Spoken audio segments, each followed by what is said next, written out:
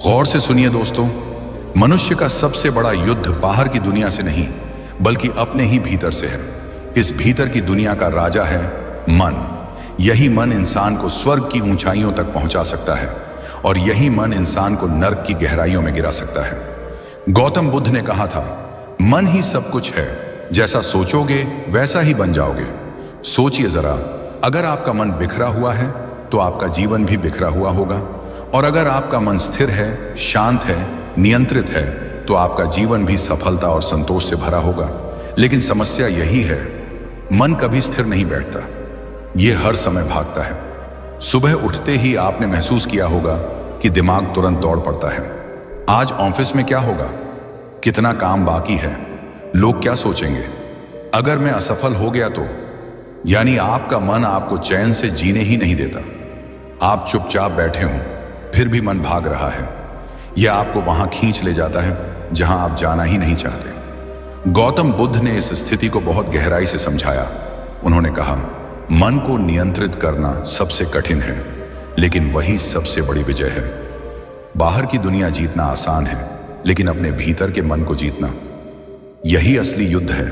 जरा सोचिए, आपने कितनी बार ठान लिया होगा कि आज मैं फोकस्ड रहूंगा, ध्यान से काम करूंगा, डिस्ट्रैक्शन से दूर रहूंगा, लेकिन कुछ ही मिनटों में आप सोशल मीडिया स्क्रॉल करने लग जाते हैं या किसी बेकार की बातों में उलझ जाते हैं।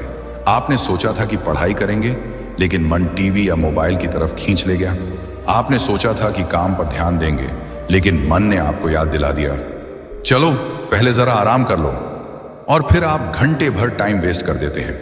ये जो खींचतान है, यही असली जंग है, और यही जंग अगर आप जीत गए तो पूरी दुनिया आपके पैरों में होगी, लेकिन अगर आप हार गए तो आपका ही मन आपको कैदी बना देगा। गौतम बुद्ध ने कहा, जिसने अपने मन को जीत लिया उसने संसार को जीत लिया। सोचिए कितना गहरा संदेश है। इसका मतलब साफ है कि बाहर की जीत या हार उतनी महत्वपूर्ण नहीं है जितनी आपकी भीतर की जीत है। अगर मन काबू में है तो हार भी आपको गिरा नहीं सकती, लेकिन अगर मन बेकाबू है तो जीत भी आपको संतुष्टि नहीं देगी। अब एक सवाल आपके लिए, आपका सबसे बड़ा दुश्मन कौन है? दुश्मन वो नहीं जो बाहर खड़ा है, असली दुश्मन तो आपका अपना मन है। वही मन जो आपको गलत रास्ते पर ले जाता है, वही मन जो आपको आलसी बनाता है, वही मन जो आपको बार बार डराता है और कहता है कि तुमसे नहीं होगा। लेकिन याद रखिए, यही मन अगर आपका दोस्त बन जाए तो वही आपको ऊंचाइयों तक भी पहुंचा सकता है। जरा अपने जीवन के छोटे छोटे पलों को देखिए। मान लीजिए आप परीक्षा की तैयारी कर रहे हैं, किताब आपके सामने है, समय आपके पास है, लेकिन मन कहता है बस 5 मिनट मोबाइल चेक कर लो, और यही 5 मिनट आपको आधे घंटे में बदलकर आपका फोकस बर्बाद कर देता है। यही मन आपको बार बार कहता है कि क्यों इतनी मेहनत करनी, अभी तो बहुत समय है, और इसी चक्कर में दिन निकल जाते हैं। गौतम बुद्ध ने मन को एक जंगली बंदर से तुलना की थी।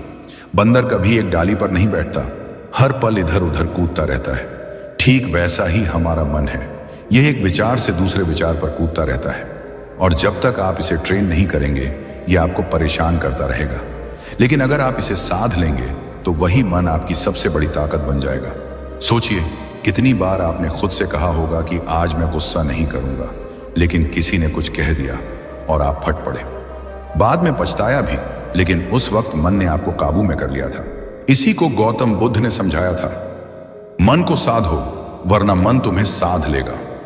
यही कारण है कि जीवन में सबसे बड़ी साधना है मन को काबू में लाना, और जब आप मन को काबू में लाना सीख जाते हैं तभी असली फोकस आपके जीवन में आता है। अब सोचिए, अगर आपका मन बेकाबू है तो आप कोई भी बड़ा लक्ष्य कैसे हासिल कर पाएंगे? आप बार बार डिस्ट्रैक्शंस में फंसेंगे, बार बार टाल मटोल करेंगे, बार बार डरेंगे, और फिर यही कहेंगे कि मेरी किस्मत खराब है। लेकिन असल में खराब किस्मत नहीं, आपका अनियंत्रित मन है। दोस्तों, शुरुआत यहीं से होती है। अगर आप सच में अपनी जिंदगी बदलना चाहते हैं तो सबसे पहले अपने मन की इस बेकाबू हालत को समझना होगा। गौतम बुद्ध का संदेश यही था, मन ही दुख का कारण है और मन ही सुख का कारण है। मन और दिमाग के बीच का फर्क अक्सर लोग समझ ही नहीं पाते। ज्यादातर लोग मानते हैं कि दिमाग ही सोचता है, दिमाग ही महसूस करता है और दिमाग ही हमें चलाता है। लेकिन सच्चाई यह है कि दिमाग तो एक जैविक मशीन है, एक कंप्यूटर की तरह। यह सिर्फ वही करता है जो उसे प्रोग्राम किया गया है, जो आदतें उसमें डाली गई हैं। लेकिन मन उस कंप्यूटर का ऑपरेटर है। मन तय करता है कि कौन सा बटन दबाना है, कौन सी फाइल खोलनी है और कौन सी बंद करनी है। गौतम बुद्ध ने मन को समझाने के लिए एक सुंदर उपमा दी थी। उन्होंने कहा कि मन घोड़े जैसा है और दिमाग उस घोड़े की गाड़ी। अगर घोड़ा भाग रहा है और कोई लगाम नहीं है तो गाड़ी कहां जाएगी? खाई में, दलदल में या किसी पेड़ से टकरा जाएगी। लेकिन अगर घोड़े की लगाम कसकर पकड़ ली जाए, उसे दिशा दी जाए, तो वही घोड़ा आपको मंजिल तक पहुंचा देगा। सोचिए, हमारे जीवन में भी यही होता है। हम कहते हैं कि हमारा दिमाग बहुत तेज है, हमारी याददाश्त बहुत अच्छी है, हमारे पास ज्ञान बहुत है, लेकिन अगर मन ही काबू में नहीं है तो यह सब बेकार है। दिमाग में भरा ज्ञान भी तब तक उपयोगी नहीं जब तक मन उसे सही समय पर उपयोग करने की अनुमति न दे। अब एक सवाल अपने दिल से पूछिए, कितनी बार आप किसी काम को करने बैठे और आधे घंटे बाद महसूस किया कि काम तो पूरा हुआ ही नहीं, लेकिन मन इधर उधर भटकता रहा। यह भटकाव ही मन की सबसे बड़ी चाल है। यही कारण है कि बुद्ध ने कहा, मन को नियंत्रित करो वरना वही तुम्हें नियंत्रित करेगा। बिखरे हुए विचार इंसान को खोखला बना देते हैं। सुबह उठते ही कोई सोचता है कि आज मुझे बहुत काम करने हैं, फिर अचानक उसे याद आता है कि कल किसी ने बुरा कह दिया था। फिर अचानक ख्वाबों में खो जाता है कि अगर मैं अमीर होता तो क्या करता, और फिर अचानक चिंता करने लगता है कि भविष्य में मेरे साथ क्या होगा। एक ही घंटे में मन 4 दिशाओं में भाग चुका होता है। ऐसे मन से फोकस कैसे आएगा? ऐसे मन से शांति कैसे मिलेगी? गौतम बुद्ध ने यही सिखाया कि मन को काबू में लाना कोई बाहरी साधना नहीं बल्कि आंतरिक क्रांति है। बुद्ध ने कहा, आपका सबसे बड़ा शत्रु भी आपको उतना नुकसान नहीं पहुंचा सकता जितना आपका अनियंत्रित मन पहुंचा सकता है, और आपका सबसे अच्छा मित्र भी उतना लाभ नहीं पहुंचा सकता जितना आपका नियंत्रित मन दे सकता है। यह शिक्षा जीवन बदलने वाली है। सोचिए, जब हम कहते हैं कि हमारी प्रगति रुक गई है, हम सफल नहीं हो पा रहे हैं, हम बार बार गिर जाते हैं, असल में इसका कारण बाहर की दुनिया नहीं बल्कि हमारा अंदर का अस्थिर मन है। अनकंट्रोल्ड मन एक ऐसे बच्चे की तरह है जिसे मिठाई दिखे तो रोकर जिद करेगा, खिलौना दिखे तो चिल्लाएगा, और अगर उसकी बात पूरी न हुई तो हंगामा करेगा। ठीक वैसे ही हमारा मन है। वह तुरंत चाहता है, उसे सब चाहिए, अभी चाहिए। लेकिन जीवन में बड़ी सफलता तुरंत नहीं मिलती। वह धैर्य, फोकस और निरंतर प्रयास से मिलती है। अब एक उदाहरण देखिए। मान लीजिए कोई विद्यार्थी प्रतियोगी परीक्षा की तैयारी कर रहा है। उसके पास किताबें हैं, नोट्स हैं, सब कुछ है, लेकिन जब पढ़ने बैठता है तो मन कहता है, चलो पहले मोबाइल देख लो फिर पढ़ना शुरू करना। वह मोबाइल खोलता है और एक वीडियो से दूसरे वीडियो पर चला जाता है। 2 घंटे बाद उसे एहसास होता है कि पढ़ाई तो शुरू ही नहीं हुई। क्या यह दिमाग की कमी थी? नहीं, यह मन की अनियंत्रित स्थिति थी। दिमाग तो तैयार था लेकिन मन ने उसे रास्ता ही नहीं दिया। गौतम बुद्ध ने इसीलिए कहा था, जो व्यक्ति अपने विचारों पर नियंत्रण नहीं रखता वह ऐसा है जैसे अपने ही दुश्मन के सामने हथियार रखकर कहे, आओ मुझे हरा दो। सोचिए, कितनी गहरी बात है। हम खुद अपने जीवन के साथ यही करते हैं। हम अपने ही विचारों को इतना ताकतवर बना देते हैं कि वे हमें डराते हैं, तोड़ते हैं और अंत में हमें हार मानने पर मजबूर कर देते हैं। लेकिन अगर यही मन नियंत्रित हो जाए तो वही हमारी सफलता की चाबी बन जाता है। वही हमें फोकस देता है, वही हमें धैर्य देता है, वही हमें भीतर से मजबूत बनाता है। दोस्तों, मन को कंट्रोल करना सिर्फ जरूरी नहीं बल्कि अनिवार्य है। बिना इसके आप चाहकर भी आगे नहीं बढ़ सकते। आप जितना भी ज्ञान इकट्ठा कर लें, जितने भी मौके पालें, अगर आपका मन बिखरा है तो सब कुछ व्यर्थ हो जाएगा। लेकिन अगर मन शांत है, स्थिर है, तो आप कम साधनों में भी बड़ी सफलता हासिल कर लेंगे। याद रखिए, दिमाग और मन में अंतर है। दिमाग सिर्फ एक साधन है लेकिन मन दिशा है। अगर दिशा ही गलत है तो साधन आपको भटका देंगे। इसलिए पहला कदम है मन को समझना, उसकी बेकाबू प्रकृति को पहचानना और उसे काबू में लाने की तैयारी करना। गौतम बुद्ध ने इस मन की असली प्रकृति को बहुत गहराई से समझा था। उन्होंने कहा था, मन ही सब कुछ है, जैसा सोचोगे वैसा बन जाओगे। यह वाक्य सिर्फ सुनने के लिए नहीं है, यह जीवन का सबसे गहरा सत्य है। सोचो, अगर तुम्हारे मन में डर भरा है तो तुम्हारी पूरी दुनिया डरावनी लगेगी। अगर मन में गुस्सा है तो हर इंसान तुम्हें दुश्मन लगेगा। लेकिन अगर मन शांत है तो हालात चाहे जैसे हों, तुम्हें उनमें भी सुकून दिखेगा। मन को समझने के लिए बुद्ध ने एक आसान उदाहरण दिया। उन्होंने कहा, मन पानी की तरह है। अगर पानी हिलाया जाए तो उसमें कुछ भी साफ नहीं दिखता, लेकिन वही पानी जब शांत हो जाता है तो उसमें पूरा आकाश दिखाई देता है। मन भी वैसा ही है। जब तक यह भटकता रहेगा तब तक सच्चाई छिपी रहेगी, लेकिन जैसे ही मन शांत होता है, जीवन का हर राज साफ दिखने लगता है। आज हमारी सबसे बड़ी समस्या यही है कि हम अपने मन को पहचानते ही नहीं। हम समझते हैं कि मन वही है जो सोचता रहता है, भागता रहता है, लेकिन बुद्ध का कहना था कि मन असली मालिक नहीं है, बल्कि एक नौकर है। समस्या तब होती है जब हम इस नौकर को मालिक बना देते हैं। सोचो, अगर घर का नौकर ही राजा बन जाए तो क्या हाल होगा। यही हमारी स्थिति है। बुद्ध ने कहा था कि अगर मन को काबू में करना है तो उसे आदेश देना सीखो, उससे आदेश लेना बंद करो। जब मन कहे आज काम मत करो तो तुम्हें कहना चाहिए नहीं, काम ही करूंगा। जब मन कहे लोग क्या कहेंगे तो तुम्हें कहना चाहिए मुझे फर्क नहीं पड़ता। धीरे धीरे मन तुम्हारी बात मानने लगेगा। लेकिन मन को काबू करना इतना आसान नहीं है। यह कोई एक दिन की प्रक्रिया नहीं है। बुद्ध ने इसके लिए 3 चीजें सिखाई: जागरूकता, सरल जीवन और शांति। जागरूकता यानी अवेयरनेस। जब भी मन भाग रहा हो उसे पकड़ो और देखो ये क्यों भाग रहा है। मान लो आप पढ़ाई कर रहे हो और मन बार बार मोबाइल की तरफ जा रहा है, तो खुद से पूछो क्या यह वास्तव में जरूरी है या सिर्फ मन की चाल है। इस जागरूकता से मन की शक्ति कम हो जाती है। दूसरी चीज, सरल जीवन। बुद्ध कहते थे जितनी अधिक इच्छाएं उतनी अधिक बेचैनी। जब इंसान छोटी छोटी चीजों में उलझ जाता है, ज्यादा पैसा, ज्यादा शोहरत, ज्यादा चीजें, तो मन कभी शांत नहीं होता। जितनी इच्छाएं कम होंगी, मन उतना हल्का और नियंत्रण में होगा। तीसरी और सबसे गहरी बात, शांति। शांति बाहर से नहीं आती, ये अंदर से पैदा होती है। बुद्ध ने ध्यान की शक्ति समझाई। जब आप रोज थोड़ा समय अपने साथ बैठते हो, आंखें बंद करके, बिना किसी शोर के, तब मन धीरे धीरे थमने लगता है। पहले यह बेचैन होगा, भागेगा, लेकिन धैर्य रखो, धीरे धीरे यह तुम्हारा साथी बन जाएगा। आप सोचो, एक मोमबत्ती अगर हवा में रखी जाए तो उसकी लौ बार बार कांपती रहेगी, लेकिन वही मोमबत्ती अगर बंद कमरे में रखी जाए तो लौ स्थिर हो जाती है। ध्यान वही कमरा है और मन वही लौ। आज की भागदौड़ भरी जिंदगी में अगर आप मन को काबू नहीं करते तो यह आपको हर जगह बिखेर देगा। आप कभी एक काम पूरा नहीं कर पाओगे। आपकी फोकस, आपकी ऊर्जा, आपकी शांति सब बर्बाद हो जाएगी। लेकिन अगर आप बुद्ध की तरह मन को नियंत्रित करना सीख लो तो आप अपनी पूरी ताकत, अपनी पूरी ऊर्जा को एक जगह लगा सकते हो। यही है असली फोकस। बुद्ध ने कहा था एकाग्र मन पर्वत को भी हिला सकता है। सोचो, अगर तुम्हारा मन पूरी तरह एक जगह टिक जाए तो क्या तुम अपने सपने पूरे नहीं कर सकते? क्या कोई भी मुश्किल तुम्हारे सामने टिक सकती है? हर इंसान चाहता है कि उसका जीवन बदल जाए, लेकिन असल बदलाव तभी आएगा जब मन बदल जाएगा। और मन बदलने का रास्ता यही है, उसे पहचानो, उसे साधो और उसे शांत बनाओ। जिंदगी की सबसे बड़ी समस्या यह नहीं है कि हमारे पास कितनी मुश्किलें हैं, बल्कि यह है कि जब भी मुश्किल आती है हमारा मन हमें संभलने ही नहीं देता। कभी गुस्से में मन हमें गलत शब्द कहने पर मजबूर कर देता है, कभी डर में मन हमें कदम पीछे हटाने को कहता है, और कभी इच्छाओं के चक्कर में मन हमें चैन से जीने ही नहीं देता।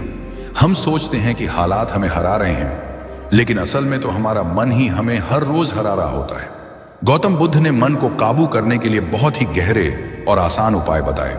उन्होंने कहा मन पर नियंत्रण पाना ही सबसे बड़ा युद्ध है, और जो इसे जीत लेता है वही सच्चा विजेता है।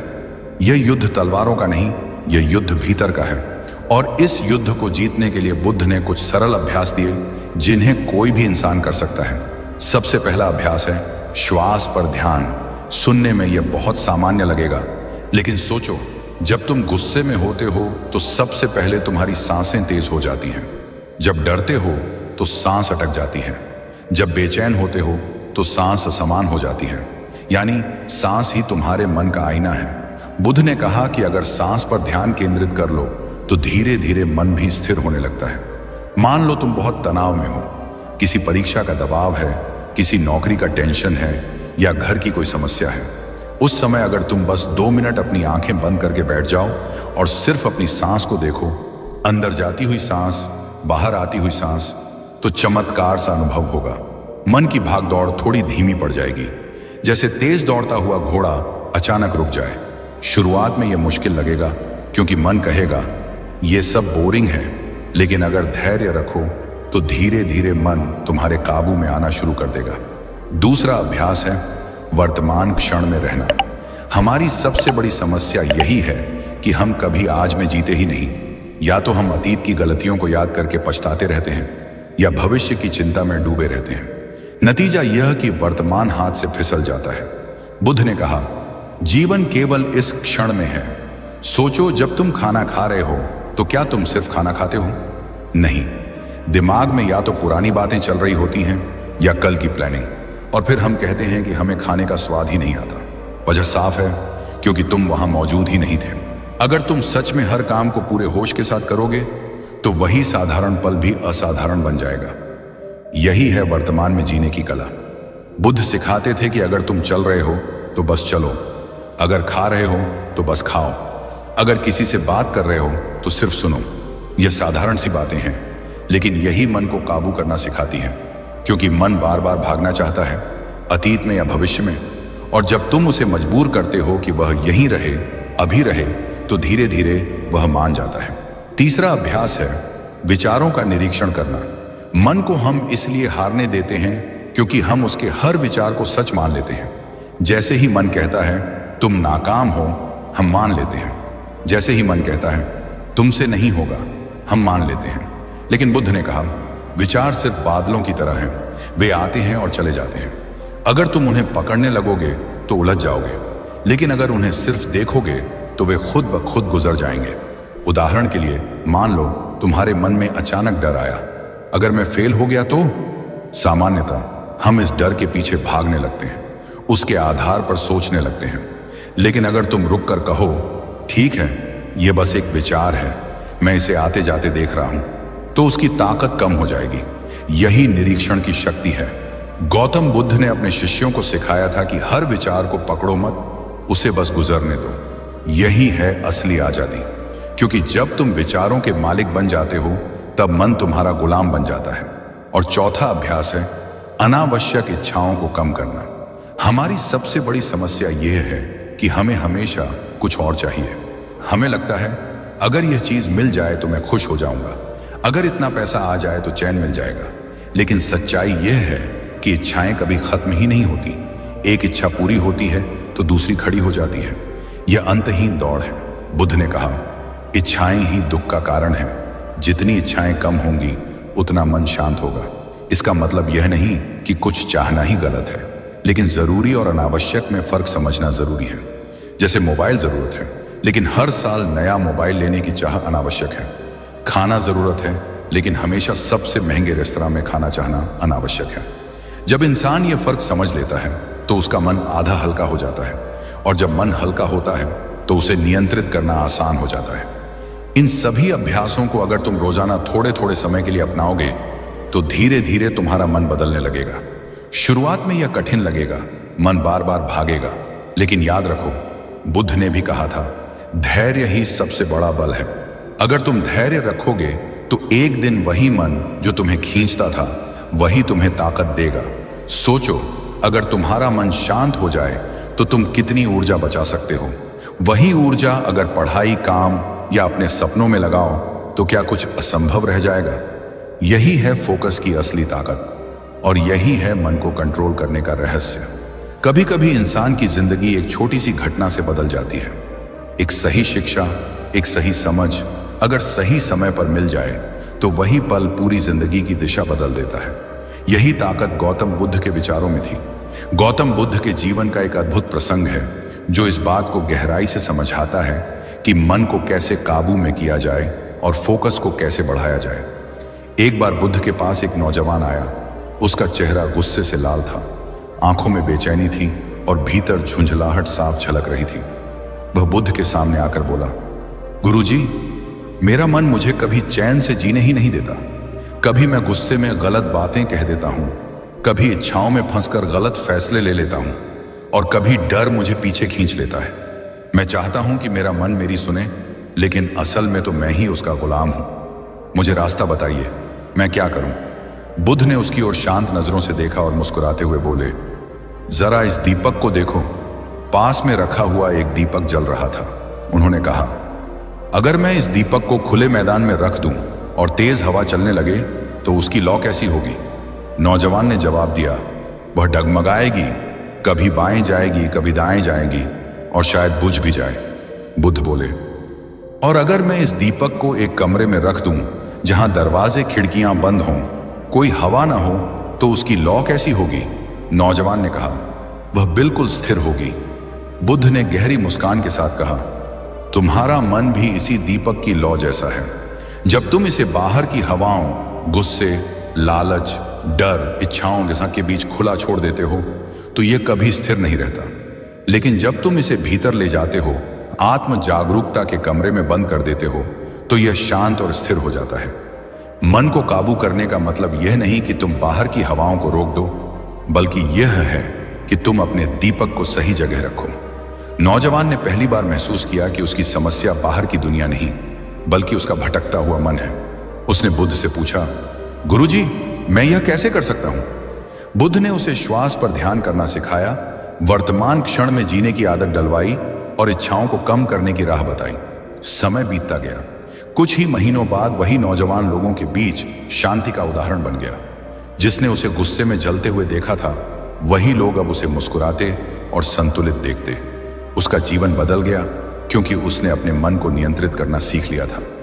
यह सिर्फ एक कहानी नहीं है, बल्कि यह संदेश है कि अगर मन को संभाल लिया जाए तो इंसान की पूरी जिंदगी बदल सकती है। सोचो, यही स्थिति हमारे जीवन में भी है। कितनी बार हम गुस्से में कुछ ऐसा कह देते हैं जिसका हमें बाद में पछतावा होता है। कितनी बार इच्छाएं हमें कर्ज में धकेल देती हैं। कितनी बार डर हमें सही मौके से पीछे खींच लेता है और बाद में हम कहते हैं, काश मैंने उस समय खुद को संभाल लिया होता। लेकिन संभालना कैसे है, यह किसी ने सिखाया ही नहीं। गौतम बुद्ध की यही शिक्षा यहां हमारी मदद करती है। बुद्ध ने कहा, मन ही सब कुछ है, जैसा सोचोगे वैसा बन जाओगे। अगर तुम अपने मन को भटकने दोगे तो जिंदगी भी भटक जाएगी, लेकिन अगर तुम उसे स्थिर कर लोगे तो वही मन तुम्हें मंजिल तक पहुंचा देगा। एक और प्रसंग बुद्ध के समय का है। अंगुलीमाल नाम का एक डाकू था जिसने 100 से भी अधिक हत्याएं की थीं। उसका मन इतना बेकाबू था कि उसमें सिर्फ हिंसा और पागलपन भर गया था। लेकिन जब उसकी मुलाकात बुद्ध से हुई तो उन्होंने उसके भीतर करुणा और जागरूकता का दीपक जला दिया। वही व्यक्ति जो कभी आतंक था, बाद में भिक्षु बनकर दया और शांति का प्रतीक बन गया। सोचो, अगर एक डाकू भी अपने मन को बदल सकता है तो हम क्यों नहीं? फर्क सिर्फ इतना है कि हमें यह समझना है कि असली दुश्मन बाहर नहीं, बल्कि हमारे भीतर है, यह बेकाबू मन। आज की जिंदगी में भी उदाहरण बहुत हैं। एक छात्र जो पढ़ाई करना चाहता है, लेकिन उसका मन हर 5 मिनट में मोबाइल पर भाग जाता है। एक नौकरी पेशा इंसान जो काम पर ध्यान लगाना चाहता है, लेकिन उसका मन लगातार चिंता और गॉसिप में उलझा रहता है। एक माँ जो बच्चों की परवरिश करना चाहती है, लेकिन उसका मन शिकायतों और तुलना में डूबा रहता है। ये सब लोग तभी बदल सकते हैं जब वे मन को साधने की कला सीख लें। और यह कला कोई बहुत कठिन नहीं, बल्कि वही है जिसे बुद्ध ने साधारण अभ्यासों से समझाया। मन को कंट्रोल करने की इन कहानियों से हमें यह सीख मिलती है कि बदलाव संभव है, और जब मन बदलता है तो इंसान की पूरी दुनिया बदल जाती है। गौतम बुद्ध ने भी कहा था, मन ही सब कुछ है, आप जो सोचते हैं वही बन जाते हैं। लेकिन अफसोस, आज का इंसान सोचने के नाम पर इतना उलझ चुका है कि उसका मन एक जगह टिक ही नहीं पाता। सोचिए जरा, कितनी बार आपने पढ़ाई शुरू की होगी, लेकिन मोबाइल की एक छोटी सी नोटिफिकेशन ने आपका ध्यान भटका दिया होगा। कितनी बार ऑफिस में काम करने बैठे होंगे और अचानक दिमाग में किसी दोस्त की बात, किसी पुराने झगड़े की याद या किसी बेवजह की चिंता घूमने लगी होगी। आप मानिए या नहीं, यही डिस्ट्रैक्शन हमारी जिंदगी को तोड़ रहा है, और अगर इसे नहीं रोका तो यह हमारे सपनों को भी तोड़ देगा। गौतम बुद्ध ने मन को नियंत्रित करने और फोकस को बढ़ाने के लिए गहरे, सरल और व्यावहारिक उपाय दिए थे। उनका मानना था कि मन हमेशा इधर उधर भटकना चाहता है, वह कभी स्थिर नहीं बैठता। लेकिन अगर हम सही अभ्यास करें तो यह मन भी उतना ही शक्तिशाली बन सकता है जितना कि एक तलवार जो पूरी अंधेरी गुफा को एक ही बार में चीर दे। फोकस बढ़ाने की पहली और सबसे जरूरी तकनीक है सिंगल टास्किंग। आज हम एक ही समय में 10 काम करना चाहते हैं।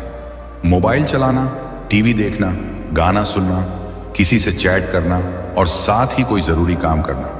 हम सोचते हैं कि मल्टीटास्किंग हमें तेज बना रही है, लेकिन सच्चाई यह है कि यह हमारी ऊर्जा को तोड़कर हमें थका रही है। बुद्ध ने कहा था, जिस तरह तीरंदाज अपनी निगाह को सिर्फ निशाने पर टिकाता है, उसी तरह साधक को भी अपने मन को सिर्फ एक ही लक्ष्य पर टिकाना चाहिए। जब आप सिर्फ एक काम पर पूरा ध्यान देते हैं तो आपका मन धीरे धीरे गहराई पकड़ता है। यही असली एकाग्रता है।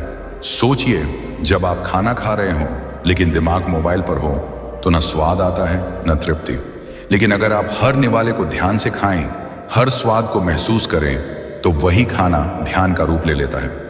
यही सिंगल टास्किंग की ताकत है। इसके बाद आता है डीप वर्क, यानी गहरे काम की कला। यह वह स्थिति होती है जब आप पूरी तरह से डिस्ट्रैक्शन से दूर होकर अपने काम में डूब जाते हैं। बुद्ध ने कहा था, जो साधक गहन ध्यान में उतर जाता है वह भीतर की गहराई में जाकर सत्य को पा लेता है। आज के समय में यही बात हमें डीप वर्क के रूप में समझ आती है। मतलब जब आप किसी काम में लगें तो 1 से 2 घंटे तक सिर्फ उसी में डूब जाएं, बाकी सब चीजों को बाहर छोड़ दें। न सोशल मीडिया, न अनावश्यक बातें, न छोटी छोटी रुकावटें। आप देखेंगे कि इस अवस्था में आपका काम न सिर्फ तेजी से होगा, बल्कि उसकी गुणवत्ता भी कई गुना बढ़ जाएगी। लेकिन समस्या यह है कि हमारा दिमाग हर 5 मिनट में मोबाइल चेक करना चाहता है। इसी वजह से बुद्ध ने डिस्ट्रैक्शन फ्री एनवायरनमेंट की बात की थी। उन्होंने कहा था, मनुष्य वही बनता है जिस वातावरण में वह रहता है। इसका मतलब यह है कि अगर आपका वातावरण ही बिखरा हुआ है तो आपका मन भी कभी स्थिर नहीं हो सकता। आज के समय में इसे हम डिजिटल डिटॉक्स कह सकते हैं। दिन के कुछ घंटे ऐसे रखिए जब आप मोबाइल, टीवी और इंटरनेट से पूरी तरह कट जाएं। इस दौरान आप ध्यान करें, टहलें, किताब पढ़ें या बस अपने विचारों के साथ बैठें।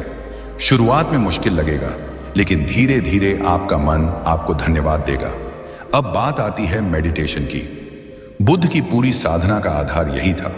उन्होंने कहा था, ध्यान ही वह मार्ग है जिससे मन शांत होता है और आत्मा मुक्त होती है। ध्यान सिर्फ आंख बंद करने का नाम नहीं है। ध्यान का मतलब है अपने विचारों को देखना बिना उनसे लड़ाई किए। जब आप रोज 10 से 15 मिनट बैठकर अपनी सांसों पर ध्यान देंगे तो धीरे धीरे आपके विचार कम होने लगेंगे, आपका मन शांत होने लगेगा और आपका फोकस गहराता जाएगा। लेकिन सिर्फ बड़े लक्ष्य सोचने से मन स्थिर नहीं होता। बुद्ध ने हमेशा कहा, 1000 मील की यात्रा भी एक छोटे कदम से शुरू होती है। इसलिए फोकस बढ़ाने का एक तरीका है छोटे छोटे लक्ष्य बनाना और उन्हें पूरा करना। मान लीजिए आप किताब पढ़ना चाहते हैं तो शुरुआत 5 पन्नों से कीजिए। जब वह पूरा हो जाएगा तो आपको अपने ऊपर गर्व होगा और यह गर्व ही आपको अगले 10 पन्ने पढ़ने की शक्ति देगा। धीरे धीरे आपका आत्मविश्वास और आपका फोकस दोनों बढ़ने लगेंगे।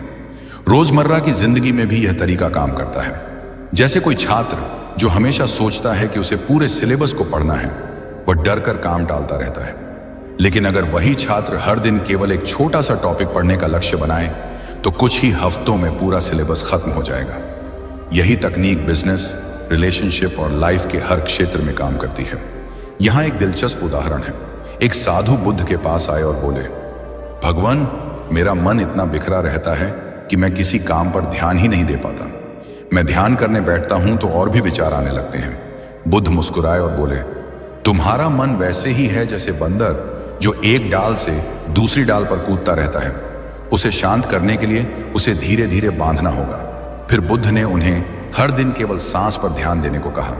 शुरुआत में साधु को मुश्किल हुई, लेकिन धीरे धीरे उनका मन स्थिर होने लगा और कुछ ही महीनों में वे इतने गहरे ध्यान में उतर गए कि उन्हें आंतरिक शांति का अनुभव हुआ। यही बदलाव किसी भी साधारण इंसान की जिंदगी में आ सकता है। अब सोचिए, अगर हम अपने मन को इस तरह संभालना सीख लें, डिस्ट्रैक्शन से दूर रहना सीख लें, छोटे छोटे लक्ष्य पूरे करना सीख लें और ध्यान की आदत डाल लें, तो क्या हमारी पढ़ाई, हमारा काम, हमारे रिश्ते और हमारी पूरी जिंदगी एक नए स्तर पर नहीं पहुंच जाएगी? गौतम बुद्ध का यही संदेश था, मन को जीत लो तो संसार की कोई ताकत तुम्हें हरा नहीं सकती। याद रखिए, फोकस बाहर से नहीं आता, ये अंदर से पैदा होता है, और जब ये पैदा हो जाता है तो इंसान असंभव को भी संभव बना देता है। मन को काबू में करना आसान काम नहीं है। यही तो वह जगह है जहां इंसान की असली परीक्षा होती है। बाहर की दुनिया में कितनी भी जीत हासिल कर लो, अगर अंदर का मन बिखरा हुआ है तो जीवन की कोई भी मंजिल पूरी नहीं हो सकती। और सच कहें तो हर इंसान की सबसे बड़ी समस्या यही है कि उसका मन बार बार भटकता है। कोई किताब खोलकर पढ़ता है तो कुछ ही मिनटों में ध्यान किसी और बात पर चला जाता है। कोई काम पर बैठता है तो मोबाइल की एक नोटिफिकेशन सारा ध्यान तोड़ देती है। यही नहीं, अक्सर तो इंसान अपने भविष्य की चिंता या अतीत की यादों में इतना खो जाता है कि वर्तमान का काम अधूरा रह जाता है। यही भटकाव हमारी शक्ति को कमजोर करता है। गौतम बुद्ध ने इस मन की चालाकियों को बहुत गहराई से समझा था। उन्होंने कहा था, मन चंचल है, वह बार बार भागता है जैसे हवा में डोलता पत्ता। जो साधक उसे बार बार वापस लाता है वही अंततः विजय पाता है। यह कोई सामान्य बात नहीं थी, बल्कि एक मनोवैज्ञानिक सत्य था। आज का आधुनिक विज्ञान भी यही कहता है कि हमारा दिमाग हर पल नए नए उत्तेजनाओं की तलाश करता है। जब भी हमें कुछ नया या रोमांचक दिखता है, दिमाग डोपामिन नाम का केमिकल रिलीज करता है। यही डोपामिन हमें तुरंत आनंद का अनुभव कराता है, जिसे हम इंस्टेंट ग्रेटिफिकेशन कहते हैं। सोचिए, क्यों हम सोशल मीडिया पर बार बार स्क्रॉल करते रहते हैं? क्यों छोटी सी नोटिफिकेशन हमें खींच लेती है? क्यों बार बार मोबाइल हाथ में उठाते हैं जबकि हमें पता होता है कि उसमें कुछ खास नहीं है? इसका कारण है वह छोटा सा डोपामिन शॉट। हर नई चीज, हर नया मैसेज, हर नया वीडियो हमें तुरंत खुशी का एहसास दिलाता है।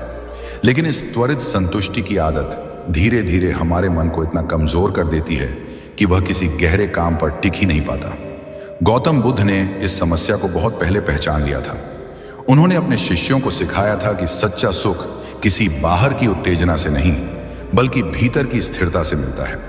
उन्होंने कहा था, जो व्यक्ति तृष्णा में फंसता है वह कभी संतुष्ट नहीं होता। यही तृष्णा आज के समय में डोपामिन की लत के रूप में हमारे भीतर छिपी है। हम बार बार छोटा सुख पाना चाहते हैं और इसी चक्कर में बड़े लक्ष्यों की ओर ध्यान ही नहीं जाता। लेकिन सवाल उठता है कि इस भटकते मन को कैसे ट्रेन किया जाए? बुद्ध का उत्तर था डिसिप्लिन और अवेयरनेस। डिसिप्लिन का मतलब है खुद पर नियम लगाना। जब आप ठान लें कि पढ़ाई करते समय मोबाइल पास नहीं रखेंगे, तो यह अनुशासन ही आपके फोकस की रक्षा करेगा।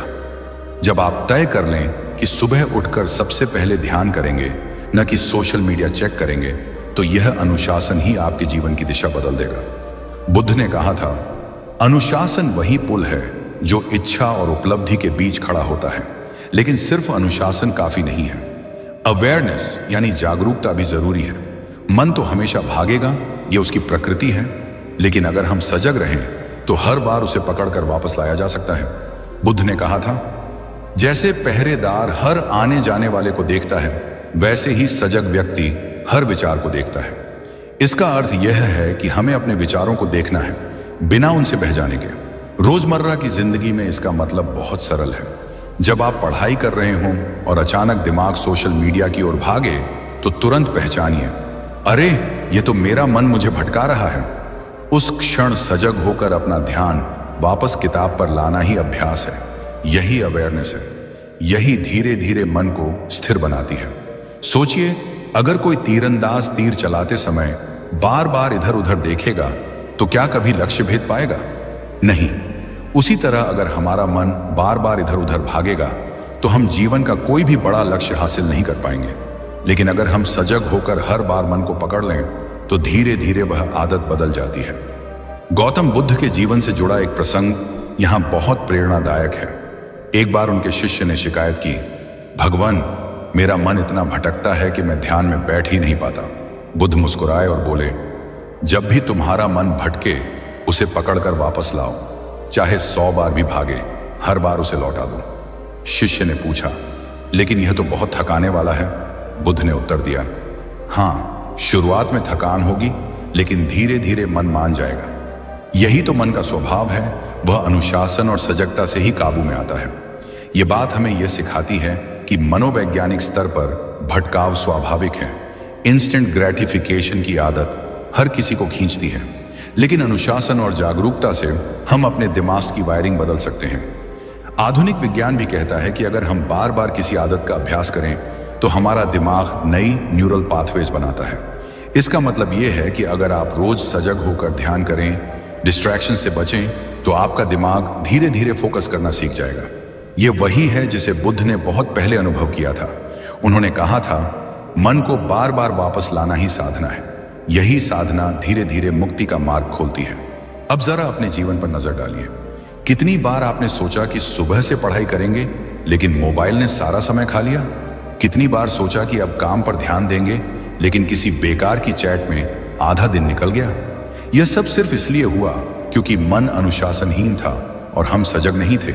लेकिन अगर आप ठान लें कि अब हर बार मन को वापस लाऊंगा, चाहे 100 बार भी भागे, तो धीरे धीरे यह अभ्यास आपके जीवन को बदल देगा। यही मनोवैज्ञानिक दृष्टिकोण है, मन को समझना, उसकी कमजोरियों को पहचानना और फिर बुद्ध की तरह उसे ट्रेन करना। अगर यह हो गया तो आपकी फोकस करने की शक्ति 2 गुनी नहीं बल्कि 10 गुनी बढ़ जाएगी। जब हम किसी नई आदत की शुरुआत करते हैं तो अक्सर शुरुआत में बहुत जोश होता है। हमें लगता है कि अब सब कुछ बदल जाएगा, अब हमारा मन हमारे कंट्रोल में रहेगा, अब ध्यान भटकना बंद हो जाएगा। लेकिन सच कहें तो यही जोश कुछ ही दिनों में ठंडा पड़ जाता है। क्यों? क्योंकि मन को नियंत्रित करना कोई एक दिन का काम नहीं है, ये एक सतत अभ्यास है। और जब तक यह अभ्यास हमारे जीवन का हिस्सा नहीं बनता, तब तक यह हमें स्थायी परिणाम नहीं देता। गौतम बुद्ध ने हमेशा कहा कि मन को साधने के लिए निरंतरता ही असली कुंजी है। जैसे एक किसान हर रोज अपनी जमीन को सींचता है, निराई करता है, बीज डालता है और समय आने पर फसल काटता है, वैसे ही मन की खेती भी करनी पड़ती है। अगर आप 1-2 दिन ध्यान कर लें, सांस पर ध्यान दें या विचारों को देखते रहें, तो थोड़ी देर के लिए असर होगा। लेकिन जब यह अभ्यास आपके जीवन का हिस्सा बन जाए, तब जाकर असली परिवर्तन दिखाई देता है। लेकिन समस्या यह है कि हम इंसान अक्सर जल्दी हार मान लेते हैं। हमें लगता है कि ध्यान बैठकर करना मुश्किल है, फोकस बनाए रखना कठिन है, समय नहीं मिलता, और यहीं से असफलता शुरू होती है। इसीलिए बुद्ध ने कहा, छोटे छोटे कदम उठाओ। मन को काबू करना कोई युद्ध नहीं है, बल्कि यह एक सफर है। और इस सफर में हर छोटा अभ्यास, हर छोटी जागरूकता आपके जीवन में बड़े बदलाव लाती है। मान लीजिए आप रोज सुबह उठते हैं, अगर आप सिर्फ 5 मिनट सांस पर ध्यान कर लें, बिना किसी मोबाइल, बिना किसी ख्यालों में उलझे, तो यही 5 मिनट धीरे धीरे आपके पूरे दिन की दिशा बदल देंगे। शुरुआत में आपको लगेगा कि मन बार बार भाग रहा है, विचार आ रहे हैं, लेकिन धीरे धीरे आप खुद नोटिस करेंगे कि जो मन पहले बिना लगाम के इधर उधर भागता था, अब वह कुछ पल आपके कहे अनुसार टिकने लगा है। और यही जीत की शुरुआत है। बुद्ध का कहना था कि जो इंसान छोटे छोटे अभ्यासों में धैर्य रखता है, वही बड़ा परिणाम पाता है। मन को एकदम से शांत करने की कोशिश मत करो, बल्कि उसे धीरे धीरे प्रशिक्षित करो। जैसे एक बच्चा शुरुआत में लिखना सीखता है तो अक्षर टेढ़े मेढ़े होते हैं, लेकिन अभ्यास से वही बच्चा सुंदर लिखाई करने लगता है। मन भी वैसा ही है, शुरुआत में भटकेगा, भागेगा, लेकिन अभ्यास से स्थिर होगा। अब सवाल यह उठता है कि हम इस अभ्यास को स्थायी कैसे बनाएं? पहला तरीका है इसे अपने रोजमर्रा की जिंदगी का हिस्सा बनाना। अगर आप सोचते हैं कि ध्यान सिर्फ कमरे में बैठकर ही किया जा सकता है, तो आप गलत सोचते हैं। बुद्ध ने सिखाया था, ध्यान का मतलब सिर्फ आंखें बंद करना नहीं है, बल्कि हर पल में जागरूक रहना है। जब आप खाना खा रहे हों तो बस खाने के स्वाद, उसकी खुशबू, उसके एहसास में डूब जाइए। जब आप चल रहे हों तो बस कदमों की आहट, जमीन का स्पर्श और हवा का झोंका महसूस कीजिए। जब आप किसी से बात कर रहे हों तो पूरी तरह उस इंसान की बात सुनिए, बिना मोबाइल देखे, बिना मन में किसी और ख्याल को लाए। यही है माइंडफुलनेस, यही है ध्यान को जीवन में उतारना। दूसरा तरीका है कंसिस्टेंसी, यानी हर रोज थोड़ा थोड़ा अभ्यास। अगर आप दिन में सिर्फ 10 मिनट मन को शांत करने की कोशिश करेंगे तो धीरे धीरे यह आपकी आदत बन जाएगी। जैसे दांत ब्रश करना रोज का हिस्सा है, वैसे ही ध्यान भी रोज का हिस्सा होना चाहिए। यह मत सोचिए कि आपके पास समय नहीं है। सच तो यह है कि हम समय उन चीजों में बर्बाद करते हैं जो हमें कोई स्थायी खुशी नहीं देती, जैसे बेवजह सोशल मीडिया पर स्क्रॉल करना, गपशप करना, चिंता करना। अगर आप इन सब से सिर्फ 10 मिनट निकाल लें और उसे अपने मन पर खर्च करें, तो आप अपने जीवन के सबसे बड़े निवेश कर रहे होंगे। तीसरा तरीका है अपने प्रगति को देखना। हर हफ्ते अपने आप से पूछिए, क्या मैं अब पहले से थोड़ा शांत हूं? क्या अब मेरा ध्यान पहले से ज्यादा टिकता है? क्या अब मैं गुस्से और बेचैनी पर थोड़ा कंट्रोल कर पा रहा हूं? ये सवाल आपको मोटिवेट करेंगे कि आप सही रास्ते पर हैं। बुद्ध का यह भी कहना था कि जब आप अपने मन पर विजय पाते हैं तो पूरी दुनिया आपके पैरों में झुक जाती है। इसका मतलब यह नहीं कि लोग आपको सलाम करेंगे, बल्कि इसका मतलब यह है कि परिस्थितियां, परेशानियां, तकलीफें, ये सब आपको हरा नहीं पाएंगी। क्योंकि जब मन स्थिर हो जाता है तो बाहर का तूफान भी आपको डिगा नहीं सकता। मैं आपको एक छोटी सी कहानी सुनाता हूं। एक व्यक्ति बुद्ध के पास आया और बोला, भगवान, मेरा मन हर समय भागता रहता है, मैं चाहकर भी ध्यान नहीं कर पाता, मुझे शांति चाहिए। बुद्ध ने मुस्कुराकर उसे एक कटोरे में पानी दिया और कहा, इसे पकड़कर चलो और ध्यान रहे कि पानी गिरना नहीं चाहिए। वह व्यक्ति सावधानी से चला, उसका पूरा ध्यान उस कटोरे पर था। जब वह लौट कर आया तो बुद्ध ने पूछा, चलते समय तुमने क्या देखा? उसने कहा, कुछ भी नहीं, मेरा पूरा ध्यान तो पानी पर था। बुद्ध ने कहा, बस यही है ध्यान। जब तुम्हारा ध्यान पूरी तरह एक जगह पर हो तो मन भटकता नहीं। इस कहानी से हमें यही समझना है कि अगर हम मन को किसी सार्थक काम में पूरी तरह लगाना सीख लें तो भटकाव कम हो जाता है। अभ्यास यही है, बार बार मन को पकड़कर वर्तमान में लाना। आज की दुनिया डिस्ट्रैक्शन से भरी है। मोबाइल नोटिफिकेशन, शोर शराबा, सब मिलकर हमारे मन को कमजोर बना रहे हैं।